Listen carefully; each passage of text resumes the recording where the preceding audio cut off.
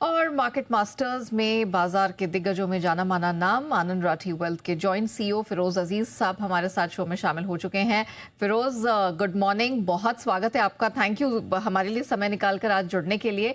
बाजार बहुत ही interesting level पर आ गया है और अब फाइनली हम देख रहे हैं धीरे धीरे ऊपर की तरफ सरकता हुआ दिखाई दे रहा है। भागने दौड़ने की जल्दी में नहीं है, लेकिन आज 24,500 के भी लेवल को हमने इसे टच करते हुए देखा है। क्या लग रहा है, जितना भी कॉन्फ्लिक्ट हुआ पीछे, जितना भी हमने पिछले क्वार्टर में एक प्रेशर बनता हुआ देखा, फाइनली अब क्या बाजार भागने को दौड़ने को ऊपर तैयार है? Because if I am not wrong, आपने इससे पहले भी अपनी रिसर्चेस रखी हैं जिसमें आपने कहा है कि 12 में से 11 कॉन्फ्लिक्ट्स ऐसे रहे हैं जहां पर गिरावट के बाद फाइनली मार्केट बहुत तेजी से भागा है। क्या इस बार भी हम भागने के लिए तैयार हैं? Of course pace of recovery इतनी मैटर नहीं करती मेरे हिसाब से। एक इन्वेस्टर को अपना दो तीन प्रश्न ही पूछने पड़ते हैं। लोग क्या होता है कि लोग इवेंट में घुस जाते हैं ना कि इम्पैक्ट में। इवेंट ट्रम्प साहब क्या करेंगे, वॉर का क्या होगा, उसकी इम्पैक्ट क्या होगी, उसको एनालाइज करने में लोग कम वक्त बिताते हैं। तो कमिंग टू योर क्वेश्चन, आप अगर देखेंगे, जैसे आपने सही फरमाया कि हमने कॉन्फ्लिक्ट्स देखी, बहुत सारी कॉन्फ्लिक्ट खत्म होने के बाद निफ्टी 7% ऊपर रहती है। एक बार वो निफ्टी कॉन्फ्लिक्ट खत्म होने के बाद भी ऊपर नहीं आ पाई। सो जाहिर सी बात है, कभी ना कभी कॉन्फ्लिक्ट खत्म होगी। अब साल भर में होगी तब बता नहीं पाते, 6 महीने में होगी, you have to see things unfold. But हमेशा कॉन्फ्लिक्ट खत्म होने के बाद निफ्टी 4-5% एटलीस्ट ऊपर रहती है, ये देखा गया है, if history has any merit at all from a projection stand point. Second आता है सवाल 26 फरवरी when the war broke out, Nifty was 25,179, close थी 26 की।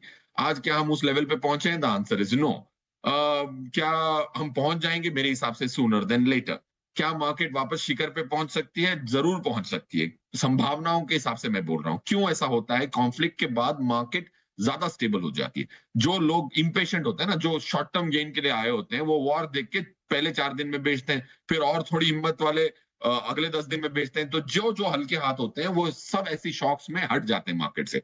सो मार्केट की जो कॉफी का अगर मैं कप का उदाहरण लूं, जैसे 10 मिनट छोड़ दो तो पूरी फ्रॉथ खत्म हो जाती है ना। तो मार्केट, जैसे ही मार्केट को आप 6 महीने ऐसी विपताओं के बीच में छोड़ दो तो हल्के हाथ जो फ्रॉथी ओनर्स होते हैं वो हट जाते हैं। That's why the market becomes more stable and volatility drops after an event. So to answer your question, मैं कहूंगा कि निफ्टी की प्रोबेबिलिटी शिखर पे पहुंचने की इस फाइनेंशियल ईयर में बहुत ज्यादा है। ग्रेट। अब थोड़ा सा इसे ब्रेक डाउन करते हैं, दूसरे फैक्टर्स पे फोकस करते हैं। अब हमारे लिए जो नेक्स्ट बड़ा इवेंट है वो है रिजल्ट सीजन। अभी तक हम देख रहे हैं कि जितने भी क्वार्टरली अपडेट्स निकल कर आ रहे हैं, बिजनेस अपडेट्स आ रहे हैं, वो ठीक ठाक हैं। कोई बहुत ज्यादा निराशा हाथ नहीं लगी है, इक्के दुक्के को अगर छोड़ दे। आपकी क्या उम्मीदें हैं इस रिजल्ट सीजन से? पहले तो हाँ, ऑफ कोर्स मेरी उम्मीदें रिजल्ट से एक बात है, but I will take you back to, मैंने 1 साल पहले अनिल सर के शो में कहा क्या होगा। अनफॉर्चुनेटली क्या है कि बहुत सारे एक्सपर्ट, बहुत सारे लोग टिप्पणी करते हैं निफ्टी पे, सेंसेक्स पे, बट उनकी अर्निंग्स पूछ लो लास्ट फाइनेंशियल ईयर की रुपीज में, उनको पता भी नहीं होता। अब लास्ट ईयर सेम टाइम मैंने बोला होगा कि निफ्टी की 1185 की अर्निंग्स आएगी। 1186 was my projection on Nifty earnings. अब रुपीज में कोई याद ही नहीं रखता, तो क्लोजर कहां हुआ? कोई एक दिग्गज थे जो लड़ रहे थे, बहुत पेसिमिस्टिक थे, तो मैंने कहा साहब इतने पेसिमिस्टिक क्यों हो? शायद आपके पैसे नहीं बने लास्ट 5 साल में, इसीलिए आप नेगेटिव हो। अर्निंग्स पूछी तो उनको अंदाजा भी नहीं है कि रुपीज में अर्निंग्स कितनी है। निफ्टी की 1195 की क्लोजर है, निफ्टी अर्निंग्स की लास्ट 1000 मतलब FY26 की। अब मैंने उनसे पूछा, भाई FY16-17 में क्या थी, आप इतने नेगेटिव हैं? तो पता नहीं था, 330 रुपए थी। 330 की अर्निंग 1196 हो गई, फिर भी आप उदास हैं। आप चाहते क्या थे निफ्टी कंपनियों से? कि भाई 330 की वो 3000 कर दें। So Nifty earnings for the last 10 years have grown at 12.9%. Nifty has grown at 9.3%. अब 3% की कंपाउंडेड अर्निंग्स ग्रोथ ज्यादा आई है 10 साल की अवधि के लिए बोल रहा हूं।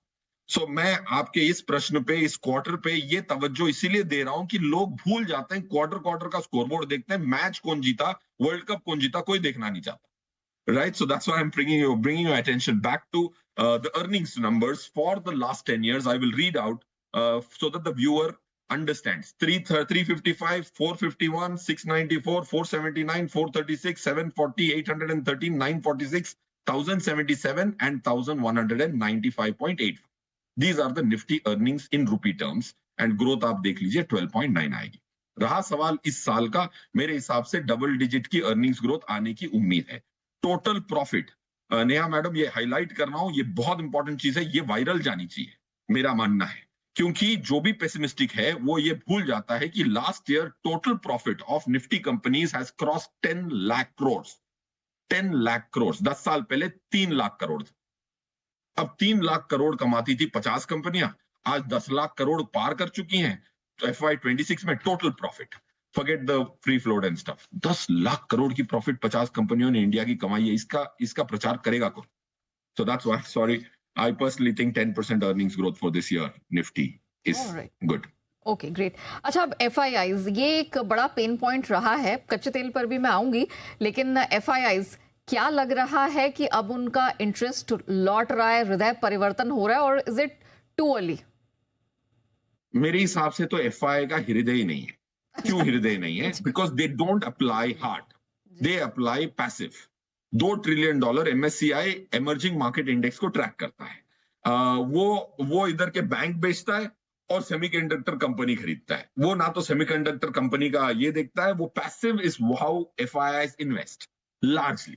ओके, 80% इंडिया का पैसा जो है, 41% फ्री फ्लोट जो FII की ओनरशिप है निफ्टी की, 39%, 41 4 साल पहले 2019 में थी, आज 38-39% free float of Nifty is owned by FII. It is not owned because they like businesses. They own it because they own as per the weights of MSCI emerging market index, जिसमें India का index भी आता है, standard index आता है। सो जब Korea की semiconductor company में गिरावट आएगी तो इंडिया में पैसा वापस आएगा। So that's why you see पहली बार काफी महीनों बाद 15 दिन कंटिन्यूअस टोटल इनफ्लो आया। That is because Korea has come down from 9,400 down to 7,600. Kospi 11 has come down. So मेरा ये मानना है कि FII ज्यादा दिमाग नहीं लगाते, वो पैसिव के आधार पे इन्वेस्ट करते हैं। आपकी जो वेटेजेस थी वो बड़े टॉप निफ्टी के वेटेजेस को कोरिया, ताइवान, चाइना ने खा लिया था, और $2 ट्रिलियन बड़ी अमाउंट होती है। तो वो जैसे ही उनकी जो साइकिल, अनवाइंडिंग साइकिल चालू होगी, उसमें इंडिया को थोड़ा पैसा आ सकता है, तब जाके Nifty will out perform broader market. So FII का हृदय परिवर्तन, if they use active management, वो भी हो रहा है, बट पैसिव मैनेजमेंट पे नजर रखना बहुत ज्यादा जरूरी है। 1.5 साल में कोरिया की मार्केट को सब भूल जाएंगे। जब 150% की रैली आती है, सब उसी एसेट की बात करते हैं। बिटकॉइन भागता है तो बिटकॉइन की बात करते हैं, सिल्वर भागता है तो सिल्वर की बात करते हैं। So Kospi now is down 22% cumulatively from its peak. Alright Firoz, फिर यहाँ पर पैसा बनेगा कहाँ? कौन से सेक्टर्स हैं, या अगर फंड्स को ही अप्रोच करके यहाँ जो दर्शक आपको सुन रहे हैं, रिटेलर्स जो समझना चाहते हैं कि अब यहाँ से रणनीति क्या अपनाएं, आपके हिसाब से अब इस फाइनेंशियल ईयर के लिए क्या रणनीति होगी, आने वाले क्वार्टर्स के लिए कहाँ ध्यान देना है? तो मेरे हिसाब से देखिए, अब अगर FII वापस आएंगे तो वो खरीदेंगे लार्ज स्टॉक्स, क्योंकि उन्होंने बेचे लार्ज स्टॉक्स हैं। निफ्टी की अगर मैं ब्रेक डाउन करूं तो इंडेक्स सेक्टर लेवल पे 37% है financial services, next largest sector है IT companies. IT companies is about 12%, फिर उसके बाद आता है ऑयल एंड गैस 12%। सो हमारे जो टॉप 2 निफ्टी के सेक्टर्स है ना, वो 2 sigma lower than it's mean valuations पे ट्रेड कर। तो निफ्टी में अगर टॉप 2 सेक्टर्स की ऐसी हालत हो, फिर भी निफ्टी ने आपको वॉर के बाद, जैसे मैंने कहा था, 8-10% ज्यादा गिर नहीं सकती अनलेस इट गोज न्यूक्लियर। उतनी टॉप 2 सेक्टर्स के इतनी तबाही के बाद अगर आप, Nifty has been resilient, so we have to all be positive. So मैं कह रहा हूं कि आपको फोकस करना है इन 2 सेक्टरों पे।